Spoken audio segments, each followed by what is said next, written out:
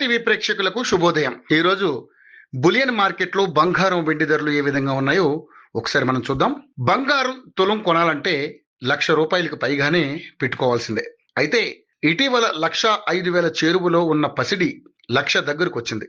తాజాగా దేశంలో బంగారం ధరలు తగ్గుముఖం పట్టాయి. నిన్నటితో పోలిస్తే సుమారు ₹250 వరకు తగ్గింది. ఒక రోజు స్వల్పంగా తగ్గితే మరో రోజు అంతకు రెండింతలు పెరుగుతోంది. చాలా మంది తులం బంగారం ధర కనీసం ₹90,000 వరకైనా దిగి వస్తుందేమోనని ఎదురు చూస్తున్నారు.